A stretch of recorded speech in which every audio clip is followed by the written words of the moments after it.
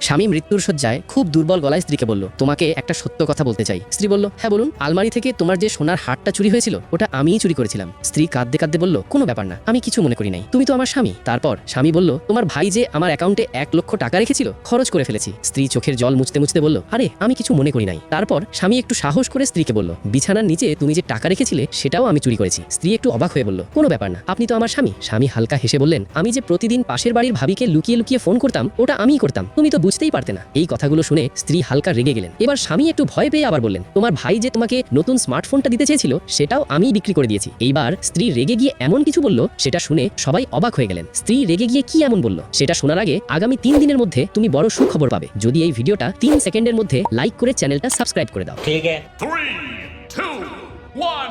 এবার শোনো, স্ত্রী শান্ত গলায় বলল, কোনো ব্যাপার না স্বামী, আপনাকে যে 20টা খাবারে দিয়েছি সেটাও আমিই দিয়েছি। বাইগান।